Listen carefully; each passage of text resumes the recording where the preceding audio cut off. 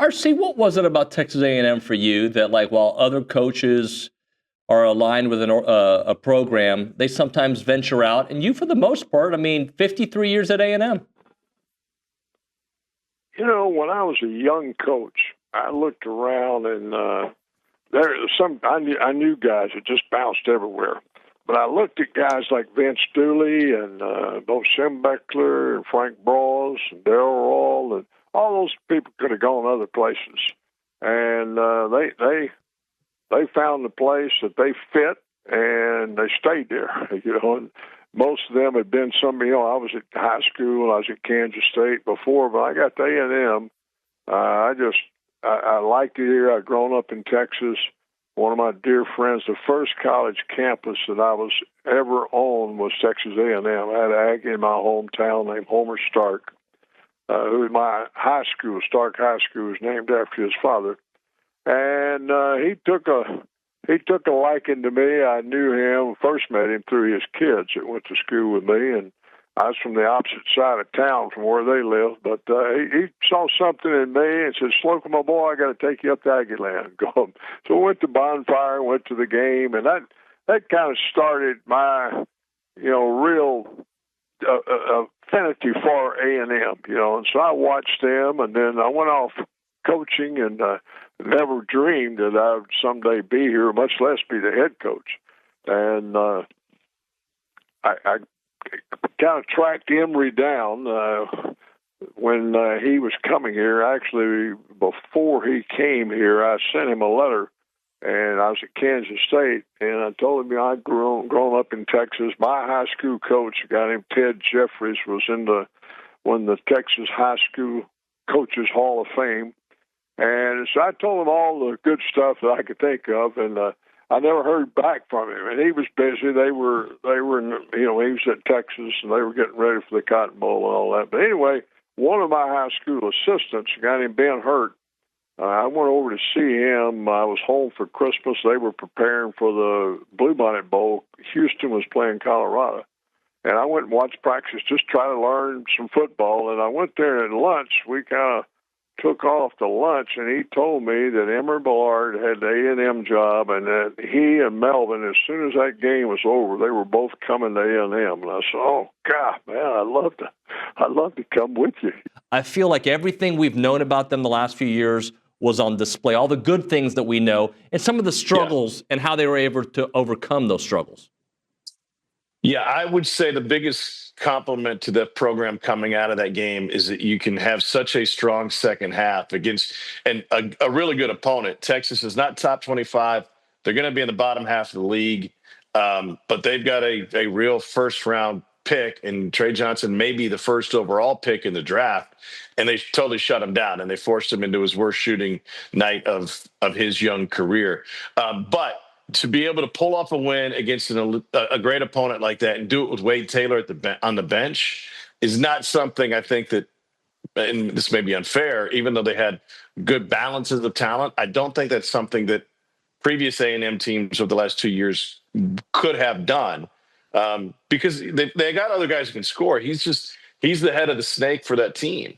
And they'll want a good shooting night, but all of the things, as you mentioned, that A&M does so well under Buzz, offensive rebounding, points in the paint was huge in this one. I think they scored 45, 50 points in the paint.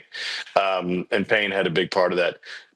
But everybody knows their role on this team, and I thought that they had very good balance, even with, one of the best scorers in the league nursing that groin injury. Talking to Tom Hart here on TexAgs Live. Let's go back to the paint for a moment, because the way they've gotten to the paint in years past is different than what they can do this year, right? They could attack. Henry can give them a little bit. Julius Marble a couple years ago gave them a little bit. But I feel like the way Pharrell Payne gets his buckets is like it's a legit post presence that can live above the rim. Yes, and you're absolutely right. And the five-man has always been a threat, like not an overwhelming threat, but something that you have to respect with this program. And I thought, not having Marble was a big part of kind of the early season struggles when he wasn't available as a post threat. And Coleman gave that to him a couple times. I think my biggest question for this program with that, and I just looked it up, 48 points in the paint, And I don't have his shot chart, but when Payne goes 5 of 6, like that's an efficient way to get to the paint. It's an efficient way to get the ball in the paint and not turn the ball over. We'd be crazy to let you out of here without talking about Hayden Hefner and the game he had and what he means to the whole operation over there. Yeah, I just like I said on Saturday, you can say whatever you want to say upon arrival of each of the kids on our team, each of the kids on their team, but it's pretty justifiable to say that H was the least touted. He's a good player. Mm-hmm. He was in our first recruiting class, and we recruited the heck out of him. I think I was too intense in my recruiting of him, to be honest. I think initially I was probably a little too strong and may have even scared H because I just thought he was built on the right things. He loves Texas A&M. His family cares about Texas A&M. And I also think that they believe in a lot of the same things that we want our program to be about off the floor. I thought he was great in our first recruiting class. For him to come back to use his COVID year when he doesn't have to use his COVID year. Mm-hmm. I just think how much energy and emotion he gives to our program, whether he's on the court, whether he's on the bench, whether it's in the locker room, whether it's been in the film room. If they were to do a documentary of his growth competitively, his growth personally, in regards to what he was upon arrival and what he is today, I don't think you can quantify that. And that's why I got a little emotional, because I cheer for the underdog. I cheer for the guys that have the least likes and the least retweets and all of that stuff. And I just think he's built on the right stuff. And I think he has big guts. And in my opinion, where I'm from, the ultimate currency is respect. It's not money. It's not followers. It's not wins. It's not money. The ultimate respect in the little country town where I'm from is respect. And I have the utmost respect for H. Yeah. And as does everyone in our program. And I tell him that often, and I told him that at the end of the game. Hey, man, look at all them guys out there. There's some real players out there, and you're one of them. But, man, I want you to know I don't love you any more than I love anybody else, but I want you to know I hold you in the highest regard and have great respect for what you're about. And so does everybody else. I know everybody interviews me, but everybody feels the same way I do. Yeah, no, look, I mentioned, I think it was Friday I mentioned him. You'd have thought I'd let out where, like, I don't know, what's a big secret? Jimmy Hoffa was buried, or, where the King Tut's tomb. I don't know what I let out, but Bronny's face when I mentioned that the Washington DB, because he's a guy that A&M's been,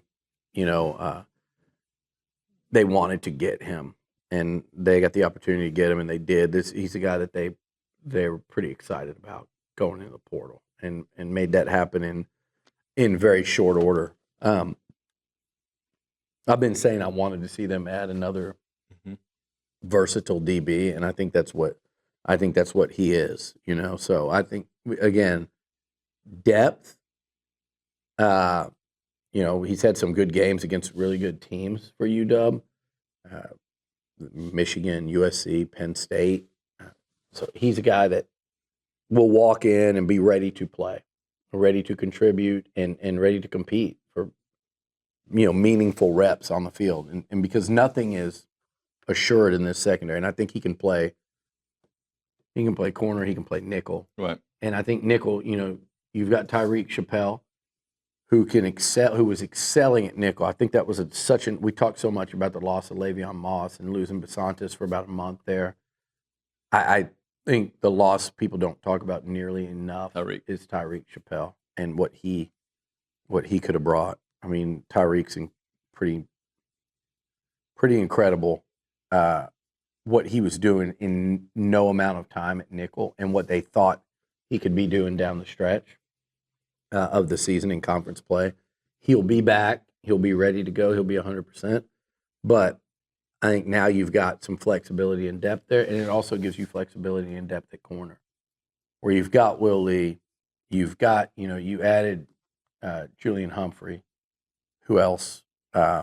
You've got Des Ricks, who come back for year 2, and I think Rick should make a massive jump. Yeah. From what we saw in that UCLA game, that'll be interesting to say, okay, take this game where they were picking on him and they were going at him, and take that game and press it forward to a guy of his talent. You got Javon Thomas there, the cornerback position, and then you add in Ricks and you add in Shaw. Now all of a sudden, I'm feeling, and the true freshman, by the way, that they're really excited about, that whole group, that position in one calendar year for Mike Elko. And you look a year ago, December 1, what that position looked like, and you look at it today,